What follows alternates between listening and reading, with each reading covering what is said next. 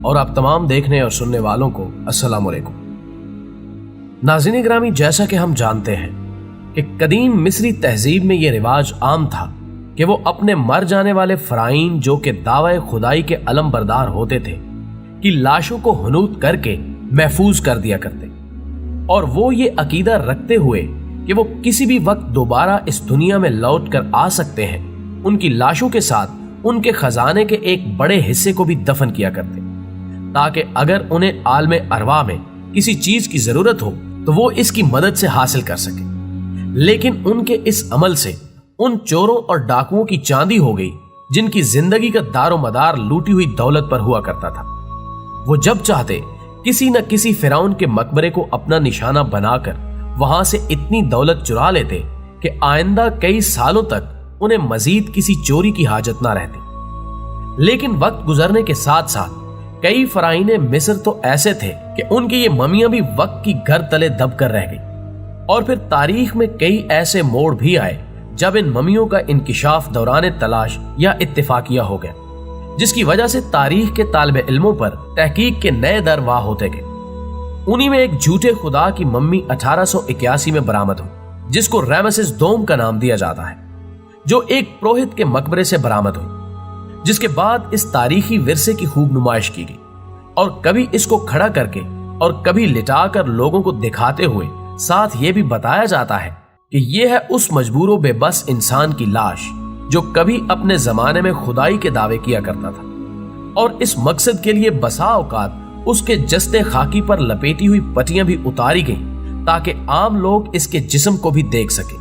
جو کہ ایک مخصوص طریقہ کار کی بدولت ابھی تک خراب ہونے یا گلنے سڑنے سے محفوظ رہا۔ لیکن اس کے کچھ ہی عرصے بعد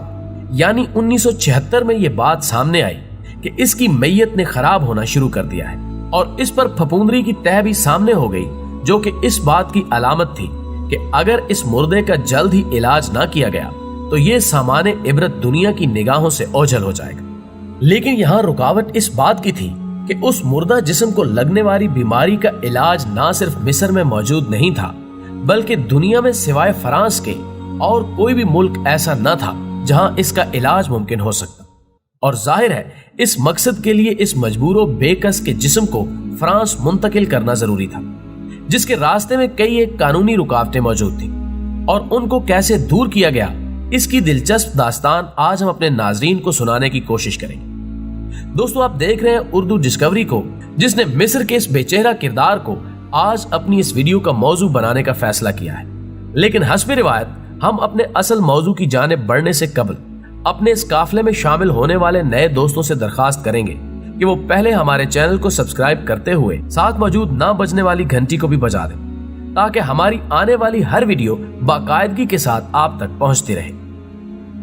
معزز خواتین و حضرات، فرعون کی اس ممی کو فرانس کیسے لے جایا گیا، اس بارے میں عام طور پر دو رائے پائی جاتی ہیں کہ اس وقت فرانس کے قانون کا تقاضا تھا کہ آدمی خواہ زندہ ہو یا مردہ، اس کے فرانس میں داخلے کے لیے اس کے پاسپورٹ کا ہونا ضروری تھا،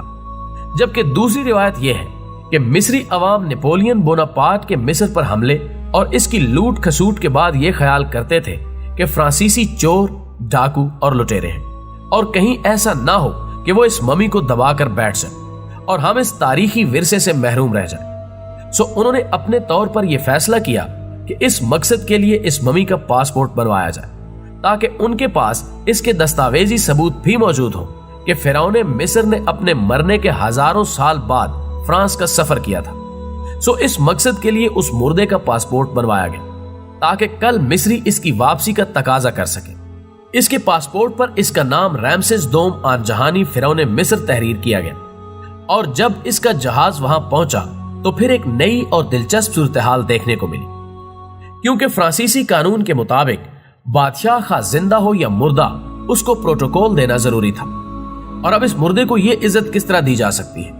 اور پھر اس رسم بد کو پورا کرنے کے لیے اس کے تابوت کو باقاعدہ پروٹوکول بھی دیا گیا، جو کہ سربراہان مملکت کو دیا جاتا ہے تاکہ قانونی تقاضے پورے کیے جا سکیں، اور پھر اس کے بعد مروجہ طریقہ کار کے مطابق اس لاش کا علاج کیا گیا،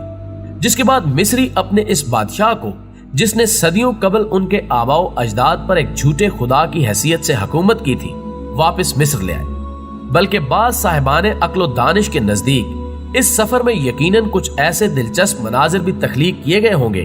مثال کے طور پر جب اس کی میت کو جہاز پر سوار کرایا گیا تو ظاہر ہے اسے کارگو میں ہی جگہ دی جا سکتی تھی،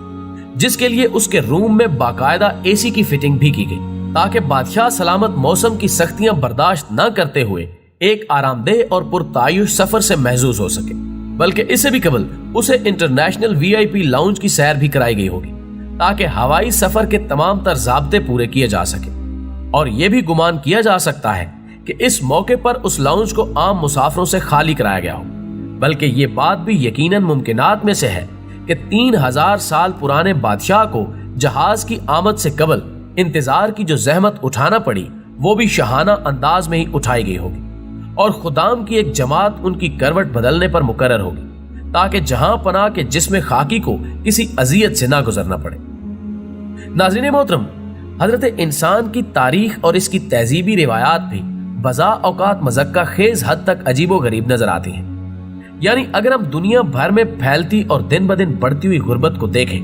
جس کی وجہ سے زندہ انسان جانوروں سے بھی بدتر زندگی گزارنے پر مجبور نظر آتے ہیں، تو شدت سے اس بات کا احساس پیدا ہوتا ہے کہ کیا دنیا کے وسائل پر ان زندہ درگور لوگوں کے حقوق ختم ہو چکے،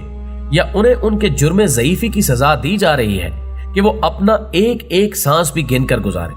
جبکہ اسی اشرف المخلوقات کے اگر دوسرے رخ کا نظارہ کریں تو اندازہ ہوتا ہے کہ قدیم بادشاہوں اور ان کے مصاحبین کے مقبروں پر اس قدر دولت خرچ کر دی گئی کہ جس کی مدد سے ایک دو نہیں بلکہ کئی شہروں میں بسنے والی بنی نوع انسان کی خوراک اور دیگر ضروریات زندگی کا انتظام کیا جا سکتا تھا۔ یہی نہیں بلکہ ان بے توقیر زندگی گزارنے والے جلاد صفت انسانوں کی تدفین کے وقت ان کے ساتھ اس قدر خزانہ بھی دفن کر دیا جاتا تھا جس کی مدد سے کئی معاشرے خوشحالی کی سرد اور خوشگوار ہواؤں کا مزہ لے سکتے۔ لیکن شاید ازل سے ہی یہ ہمارے معاشروں کی رسم قدیم اور رسم بد ہے کہ ایک طرف تو لاتعداد انسان زندہ درگور ہو کر ایک تکلیف دہ زندگی گزارنے پر مجبور ہو جائے، جبکہ دوسری طرف مرنے والے بادشاہوں کے مقبرے تعمیر کر کے مرنے کے بعد بھی ان کی ہیبت اور جلالت کا اعتراف کیا جائے۔ ناظرین گرامی، اگر یہ رسم قدیم اپنے عہد تک ہی محدود رہتی تو شاید یہ کسی حد تک گوارا بھی ہو سکتی تھی، چونکہ وہ اس دور کا تقاضا تھا۔ لیکن ہم دیکھتے ہیں کہ انسانی استحصال کا یہ سلسلہ صدیوں بعد بھی جاری و ساری ہے۔ جیسا کہ اگر ہم صرف ہندوستان کی تاریخ پر نگاہ دوڑائیں تو یہاں پر موجود مختلف قلعہ جات جو کہ اگرچہ بادشاہوں کی ضرورت تھے کو بھی امر کرنے کے لیے ہر حد پھلانگ کر اسے عالمی ورثے کے تحفظ کا نام دیا جا رہا ہے، لیکن ان مزارات کے بارے میں دنیا کے دانشور خدا کو کیا جواب دیں گے جو صرف ایک محبوبہ کی یاد میں اس قدر خطیر رقم کے ساتھ تعمیر کیے گئے کہ انہیں عجائبات عالم میں شامل کرنا پڑا۔ ساحر لدھیانوی نے طنز کرتے ہوئے کہا تھا کہ ایک شہنشاہ نے دولت کا سہارا لے کر ہم غریبوں کی محبت کا اڑایا ہے مذاق۔ آپ شاہ جہاں کی چہیتی بیگم ملکہ ممتاز محل کے اس عالی شان مقبرے کو دیکھیں یا ملکہ ہندوستان نور جہاں کے بنوائے ہوئے مقبرہ جہانگیر کو، ہر جگہ ایک ہی فکر بیمار کارفرما نظر آئے گی کہ چونکہ یہ لوگ اپنے اپنے عہد میں شاہی کروفر کے مالک تھے، سو ان کا حق بنتا ہے کہ انہیں مرنے کے بعد بھی اسی پروٹوکول سے نوازا جائے۔ جبکہ ناظرین، یہ رسمیں کبھی صرف ہندوستان تک ہی محدود نہیں، بلکہ اگر آپ دنیا کے کسی بھی حصے میں چلے جائیں تو ایسے کئی لاتعداد مقبرے آپ کو ملیں گے جن پر موجودہ زمانے کے مطابق نہ صرف لاکھوں بلکہ کروڑوں ڈالر خرچ کیے گئے، بلکہ اب تک ان کی حفاظت کے لیے ان کے تعمیری اخراجات سے بھی بڑھ کر دولت خرچ کی جا رہی ہے، جس کو دیکھ کر بے اختیار توجہ جگر کے اس شعر کی طرف جاتی ہے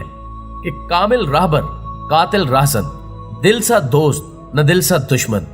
عمریں بیتیں صدیاں گزریں، وہی ہے اب تک عقل کا بچپن۔ ناظرین گرامی، ہماری دعا ہے کہ اللہ رب العزت ہمیں جہاں مردہ لوگوں کی توقیر کرنے کا شعور عطا فرمائے، وہاں زندہ انسانوں کے حقوق پورے کرنے کی بھی توفیق دے، آمین۔ دوستو، ویڈیو پسند آنے کی صورت میں اسے لائک کیجئے، فیس بک اور واٹس ایپ پر اپنے دیگر دوستوں کے ساتھ بھی شیئر کیجئے، اور کمنٹ باکس میں ہمیں اپنی قیمتی تجاویز سے ضرور آگاہ رکھیے گا۔ ہماری اگلی ویڈیو آنے تک آپ کا، ہمارا، ہم سب کا خدا نگہدار۔